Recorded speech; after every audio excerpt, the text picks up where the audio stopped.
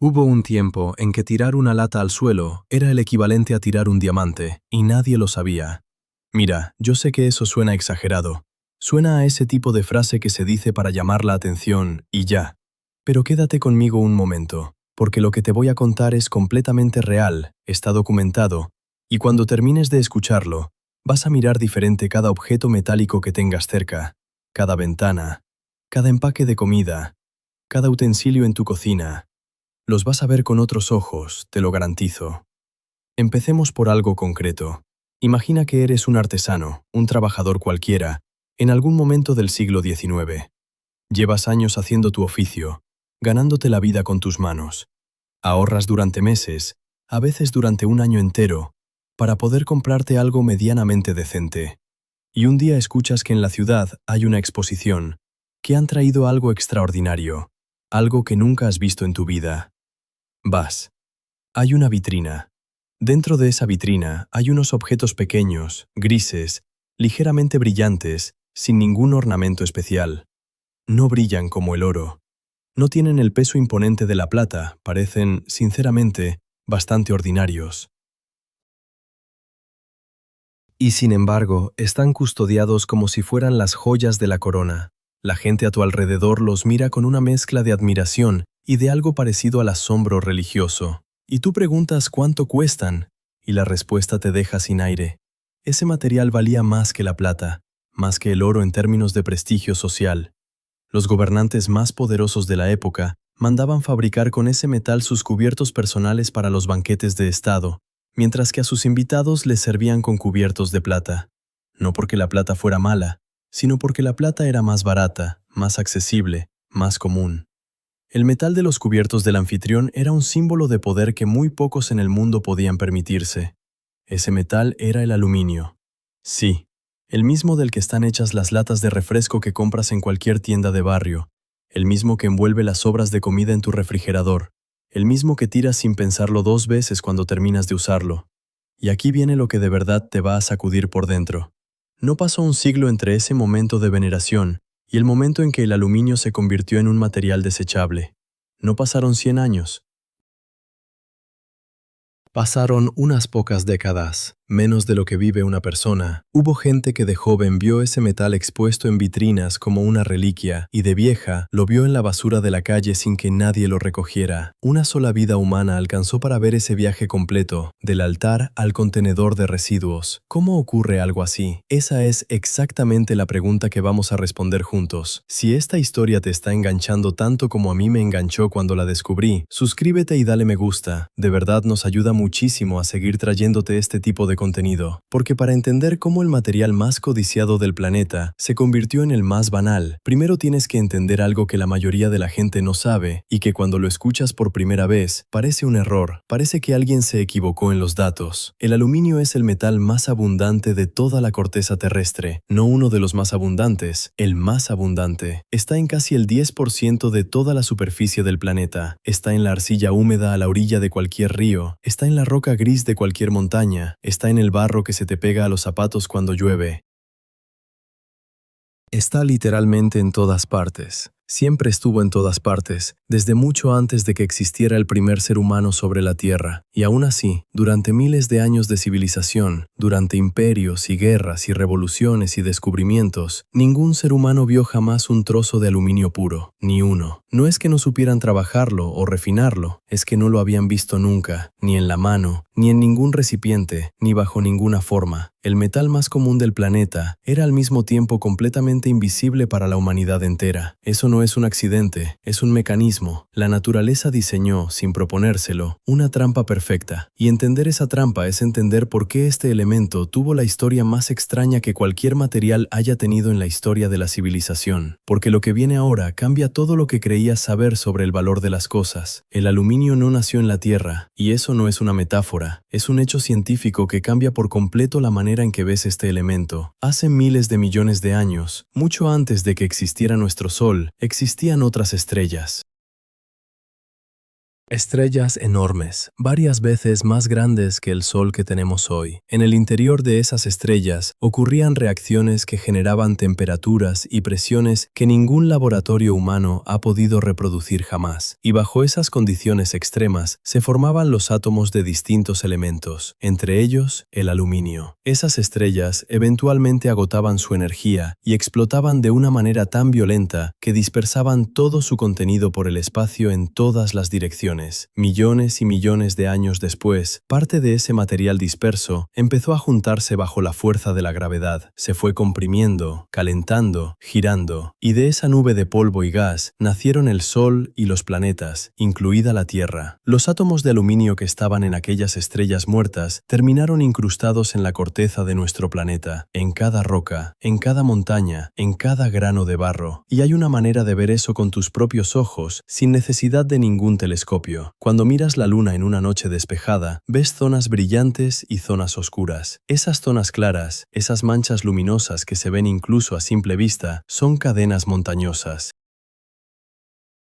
Y esas montañas están formadas principalmente por rocas ricas en aluminio. La Luna lleva miles de millones de años reflejando la luz del Sol con aluminio. Cada vez que alzaste la vista al cielo nocturno sin saber que mirabas, estabas viendo ese mismo elemento que hoy tienes en tu cocina, brillando desde 200.000 kilómetros de distancia. Eso me parece una de las cosas más increíbles que existen. Que algo tan ordinario tenga un origen tan descomunal, que el material del que está hecha una lata de refresco haya viajado durante miles de millones de años, desde el corazón de una estrella muerta, a través del espacio vacío, hasta terminar en tus manos. Pero aquí viene la parte que conecta ese origen cósmico con la trampa de la que hablábamos antes. El aluminio llegó a la Tierra con una característica que lo define por completo, una especie de instinto de supervivencia químico. En cuanto entra en contacto con el oxígeno, se aferra a él con una fuerza brutal. Se une al oxígeno de manera tan intensa, tan profunda, que separarlo requiere una energía que durante miles de años fue simplemente imposible de generar.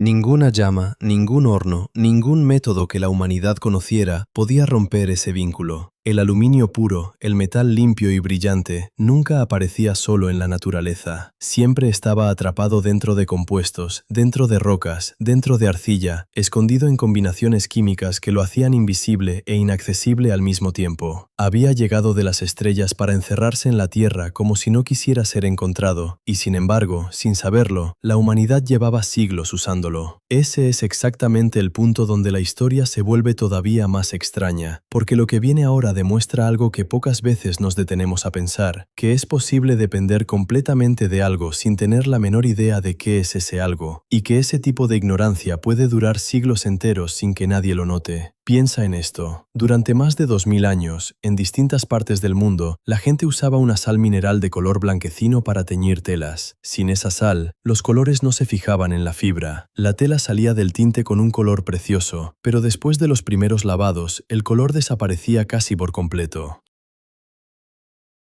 Con esa sal, en cambio, el color se incrustaba en la fibra y duraba. Era la diferencia entre una tela de calidad y una tela ordinaria. Y eso, en una época en que la ropa era cara y duraba años, importaba muchísimo. Esa sal se extraía en ciertos lugares específicos, se secaba al sol, se empacaba y se transportaba a grandes distancias. Llegaba a mercados de distintas regiones. La compraban artesanos, comerciantes, talleres de todo tipo. Era un insumo tan importante que su control generaba conflictos comerciales serios. Algunos territorios que controlaban las zonas de extracción tenían una ventaja económica real sobre los demás. Era, en términos prácticos, un recurso estratégico comparable a lo que hoy puede ser el petróleo o ciertos minerales tecnológicos. Y nadie, en todos esos siglos, se preguntó qué había dentro de esa sal que hacía que funcionara. Nadie abrió esa pregunta como una pregunta científica seria. La usaban porque funcionaba, y eso era suficiente. El aluminio estaba ahí dentro, trabajando en silencio, haciendo posibles los colores de las telas de medio mundo, completamente ignorado durante generaciones.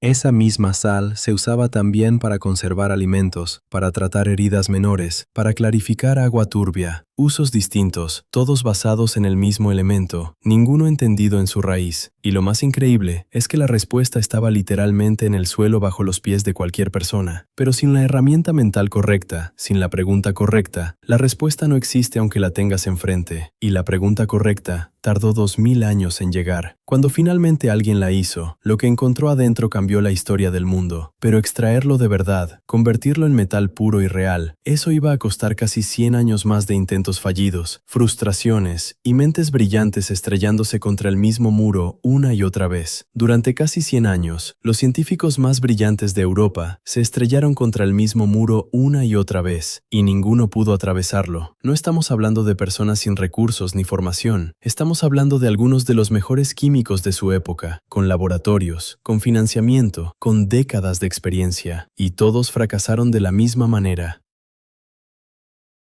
Llegaban hasta cierto punto, obtenían algo que parecía prometedor, lo anunciaban con entusiasmo, y luego otro científico reproducía el experimento y los resultados no coincidían. O el producto obtenido era impuro, o era tan pequeño que no servía para nada práctico. Un polvo grisáceo aquí, unas bolitas microscópicas allá, nada que pudieras sostener en la mano con satisfacción y decir, esto es aluminio puro, esto es lo que buscábamos. Y el problema de fondo era siempre el mismo, ese vínculo brutal entre el aluminio y el oxígeno del que hablábamos antes. Para separar el aluminio de los compuestos en que la naturaleza lo encierra, necesitas romper ese vínculo. Y romperlo requiere una cantidad de energía que los métodos disponibles en esa época simplemente no podían generar. Los hornos más avanzados del momento funcionaban bien para fundir hierro, para trabajar el cobre, para procesar docenas de metales distintos, pero con el aluminio se quedaban cortos. La temperatura necesaria para vencer esa atracción química estaba por encima de lo que cualquier instalación industrial de la época podía alcanzar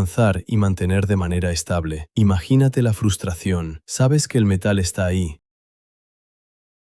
Los cálculos te dicen que existe, que tiene que existir, que es teóricamente posible aislarlo, pero cada vez que intentas extraerlo, la naturaleza te cierra la puerta en la cara. Es como saber que hay algo valioso detrás de una pared y tener todas las herramientas del mundo excepto la única que necesitas para abrirla. Hubo un investigador que pasó casi 20 años de su vida trabajando en esto. 20 años. Publicó sus avances, describió sus métodos, documentó cada intento. Al final de ese periodo, lo que tenía para mostrar eran unas pequeñas bolitas de metal del tamaño de cabezas de alfiler. Eso fue todo. Ese fue el resultado de 2 décadas de trabajo dedicado y meticuloso sobre el problema más importante de la química de su tiempo. Y aún así, ese resultado fue considerado un triunfo por la comunidad científica, porque nadie había llegado tan lejos antes. Eso te dice todo sobre cuán difícil era este problema. Cuando unas bolitas microscópicas representan el mayor avance de una generación, estás ante un obstáculo de proporciones extraordinarias. La solución, cuando finalmente llegó, no vino de hacer más de lo mismo con mejor tecnología, vino de cambiar completamente el enfoque. De entender que el calor no era el camino, que la respuesta estaba en algo que en esa época apenas comenzaba a entenderse y a aprovecharse, la electricidad. Pero antes de que ese descubrimiento llegara, ocurrió algo que nadie esperaba. El aluminio apareció en el mundo de los poderosos, no en laboratorios, no en manos de científicos, sino en los salones más exclusivos de la época. Y eso cambió todo. Ahora presta mucha atención, porque lo que te voy a contar en este punto es una de las cosas más extrañas y más reveladoras de toda esta historia. A mediados del siglo XIX, un químico ambicioso y con muy buenos contactos logró desarrollar un proceso que permitía producir aluminio en cantidades visibles. No polvo, no bolitas, pequeños lingotes. El método era lento, caro y complicado, pero funcionaba. Por primera vez en la historia, había aluminio real, compacto y sólido, disponible para quien pudiera pagarlo. Y el precio era absolutamente prohibitivo. Estamos hablando de una cantidad de dinero equivalente a lo que un trabajador promedio tardaba varios meses en ganar, por un solo kilogramo de metal. Eso lo ponía completamente fuera del alcance de cualquier persona común. Solo los más ricos, los más poderosos, los que tenían acceso a los círculos más exclusivos de la época, podían aspirar a tenerlo. Y lo querían, vaya si lo querían. Los gobernantes y las élites de la época empezaron a encargar objetos de aluminio como símbolo de estatus, cubiertos, adornos, pequeñas piezas decorativas. Tener algo de aluminio en tu casa era una señal inequívoca de que pertenecías a una categoría completamente distinta al resto. Era el equivalente a lo que hoy podría ser tener tecnología que todavía no está disponible para el público general, algo que el dinero puede comprar, pero que la mayoría de la gente ni siquiera ha visto en persona. Se documentó el caso de un líder político de la época que mandó fabricar sus cubiertos personales en aluminio para los banquetes oficiales. A sus invitados, que no eran personas cualquiera, sino dignatarios y figuras importantes, les servían con cubiertos de plata, porque la plata era más accesible, porque el aluminio era demasiado valioso para compartirlo con los invitados.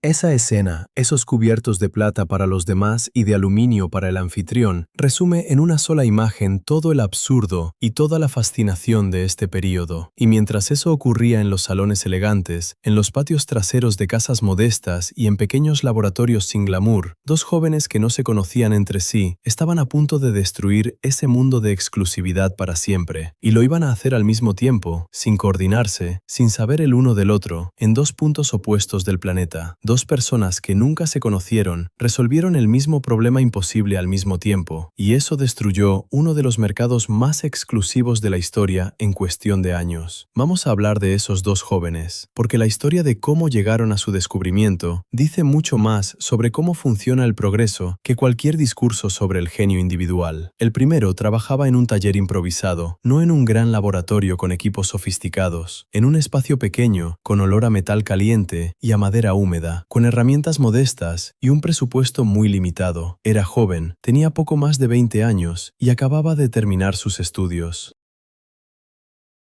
Su profesor, en clase, había dicho algo que se le quedó grabado. Había dicho que quien encontrara una manera barata de producir aluminio en grandes cantidades cambiaría el mundo, y que ese descubrimiento estaba esperando a alguien con la determinación suficiente para buscarlo. Ese joven decidió que ese alguien iba a ser él. Lo que lo diferenciaba de los científicos que llevaban décadas fracasando no era que fuera más inteligente, era que atacó el problema desde un ángulo completamente distinto. En lugar de intentar romper el vínculo entre el aluminio y el oxígeno con calor, como habían hecho todos antes, buscó la manera de disolverlo en algo, un mineral específico que, al fundirse, creaba un líquido en el que el óxido de aluminio se disolvía perfectamente, a temperaturas mucho más manejables, y una vez que el aluminio estaba disuelto en ese líquido, bastaba con pasar corriente eléctrica para que los átomos de metal emigraran hacia el polo negativo y se depositaran ahí como metal puro. El día que funcionó por primera vez, ese joven salió corriendo de su taller con un puñado de pequeñas esferas metálicas en la mano. Fue directamente a encontrar a su antiguo profesor. Entró sin llamar, jadeando, con las manos extendidas mostrando esas bolitas brillantes, sin poder articular palabras al principio. El profesor las tomó, las examinó y entendió inmediatamente lo que estaba viendo. Eso fue todo lo que necesitaron. No hubo celebración ruidosa ni anuncio público inmediato. Solo dos personas en una habitación pequeña, mirando unas bolitas de metal, sabiendo que el mundo que conocían acababa de cambiar. Al mismo tiempo, a miles de kilómetros de distancia, en otro continente, otro joven estaba haciendo exactamente lo mismo. Mismo principio, mismo mineral disolvente, mismo proceso eléctrico, resultados idénticos. Nunca habían hablado, nunca habían leído los trabajos del otro porque ninguno había publicado nada todavía. Habían llegado al mismo lugar por caminos completamente independientes. Ambos nacieron el mismo año, ambos murieron el mismo año. Nunca se encontraron en persona, y los dos llevan su nombre en el proceso que hoy produce todo el aluminio del mundo. Cuando esto salió a la luz y se empezó a industrializar, el precio del aluminio comenzó a caer de una manera que no tenía precedentes en la historia de ningún material.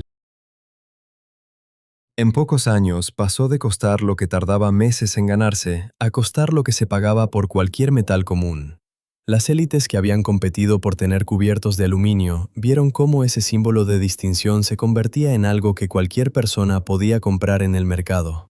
El mercado exclusivo que ese metal había sostenido durante décadas se derrumbó en un tiempo brevísimo. Pero aquí viene algo que nadie anticipó. Que ese colapso de valor no fue el final de la historia del aluminio, fue el comienzo de algo mucho más grande. porque un material que antes solo podían usar los poderosos empezó a estar disponible para la industria, para los ingenieros, para los constructores. Y lo que esos ingenieros hicieron con él iba a redefinir por completo lo que los seres humanos eran capaces de hacer. Nadie lo expresó mejor que los primeros en aprovecharlo de verdad, los que construían máquinas que tenían que volar. Hay una frase que se repite entre los ingenieros aeronáuticos y que resume todo de manera brutal. Sin aluminio no hay aviación. No como figura retórica, como hecho físico. Un motor que pesa demasiado no puede despegar. Una estructura que pesa demasiado no puede sostenerse en el aire con la potencia disponible. Para que una máquina vuele, cada kilogramo cuenta, cada gramo importa, y el aluminio era el único material que combinaba la resistencia estructural necesaria con un peso lo suficientemente bajo para hacer posible el vuelo motorizado. Los primeros en construir una máquina que realmente voló de manera controlada usaron un motor con piezas de aluminio fabricadas especialmente para ese proyecto, porque ningún motor convencional de la época era lo suficientemente liviano. Sin ese motor liviano, esa máquina no hubiera despegado jamás. El aluminio no fue un detalle técnico en ese momento histórico. Fue la condición que lo hizo posible, y eso fue solo el principio, porque cuando llegaron los conflictos armados más grandes que la humanidad había visto hasta entonces, el aluminio dejó de ser simplemente un material útil para convertirse en algo mucho más serio, en el factor que determinaba qué países podían construir suficientes máquinas voladoras para ganar y cuáles no podían, en el material que decidía el destino de naciones enteras. La escala de lo que viene a continuación es difícil de procesar.